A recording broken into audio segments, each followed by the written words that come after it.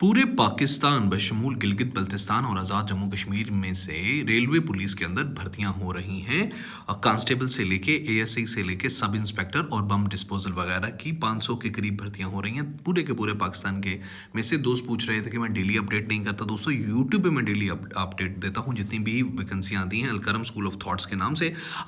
मैं पहले भी इसको अनाउंस कर चुका हूँ, दोबारा बताऊँ कि 24 लास्ट डेट है, 1-2 दिन बाद लास्ट डेट आने वाली है। आपने करना सिर्फ ये है कि अपने जो रीजनल एसपी ऑफिसेज हैं, अगर उनका नहीं पता तो कमेंट में पूछे, मैं बता देता हूँ, या इनबॉक्स में पूछे, मैं आपको उनका लिंक भेज देता हूँ।